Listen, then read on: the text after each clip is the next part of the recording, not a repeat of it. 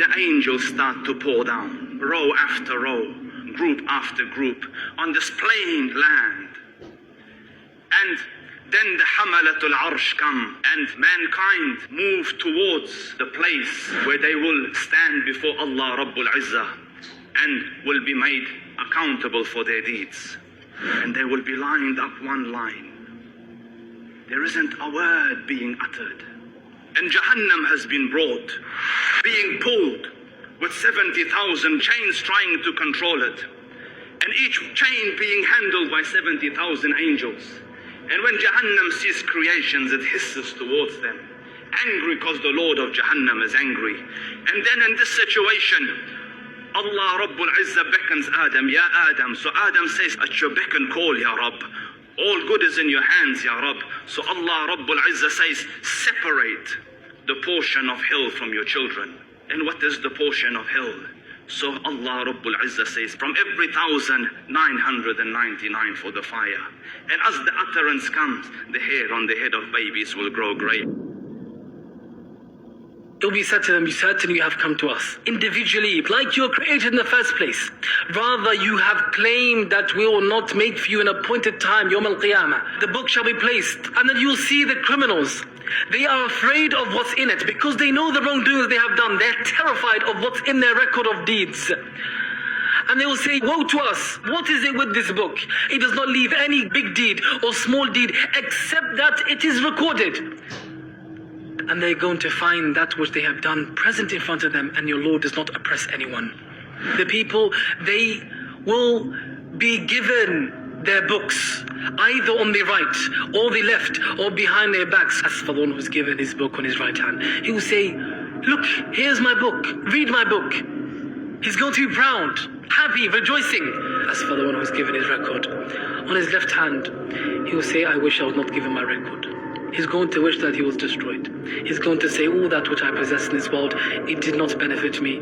It has all been destroyed. And he's going to be shackled up and thrown into the punishment of Allah Ta'ala. The criminals will be told, read your book. Your nafs is enough of a witness against you. Read your record, you done this. And then after that, Allah Ta'ala, once he has done the hisab, the next stage it is al-mizan, where the deeds are weighed. They're placed on the scale. Allah says, as for the one, their scales of good deeds are heavy. They are the successful. And as for the ones that their scales are light, they are the ones who have lost themselves. They're the failures, the losers. And they're going to be in Jahannam forever. That fire, it is going to blaze and burn off their faces to the extent that even their lips are burnt off, and it looks like they're smiling because they have no lips, their teeth are exposed. That is the situation. Allah Ta'ala, He says, we're going to place the just scales on the Day of Judgment, and not a single soul is going to be oppressed in any way, even if it's an atom worth. It's an atom weight of deed. Allah says, we're going to bring it. And then after that stage, the people, they're going to be put into groups.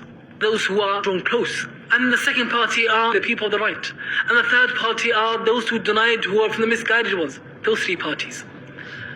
And the people will be distributed based on who they were like in this world, and who they followed and who they loved. If you loved the Prophet ﷺ and the companions and the righteous, and you followed them, you'll be with them Yawm al-Qiyamah. And if you love the evil people and the disbelievers and the wrongdoers, you'll be with them Yawm al-Qiyamah. They'll be told, guide them to the path of al-Jahim. And this is the next stage, that after the people are gathered into different parties, and the righteous will be all together, and then they will be granted light based on their righteous deeds. And the hypocrites will also be following the believers, and they will have utter darkness, no light at all.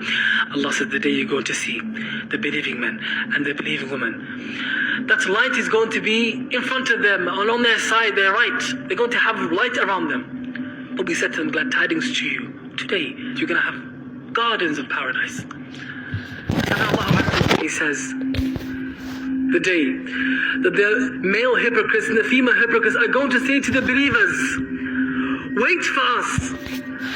Give us some of your light. It'll be said, go back and search for light for yourself.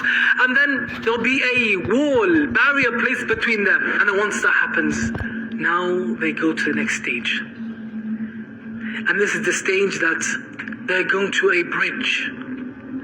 This bridge, the Prophet ﷺ, he described it. It is as thin as a hair. It is as sharp as a sword.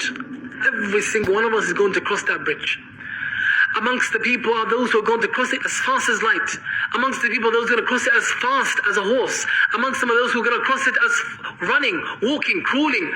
And some will fall into it based on your righteous deeds. And the believers, they cross that bridge.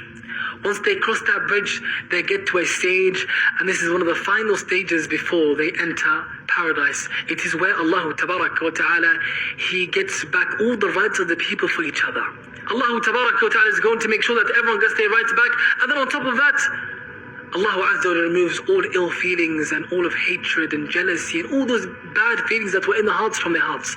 And then after that, it is a matter of entering paradise. It will be said to the people of Jannah, there is life forever, eternity, no death. They enjoy it forever. Everything the eye is pleased by, everything they desire, they have it. And the angels are going to enter upon them from every gate. It will be said to them, peace be upon you for your patience in this world. And that's the point.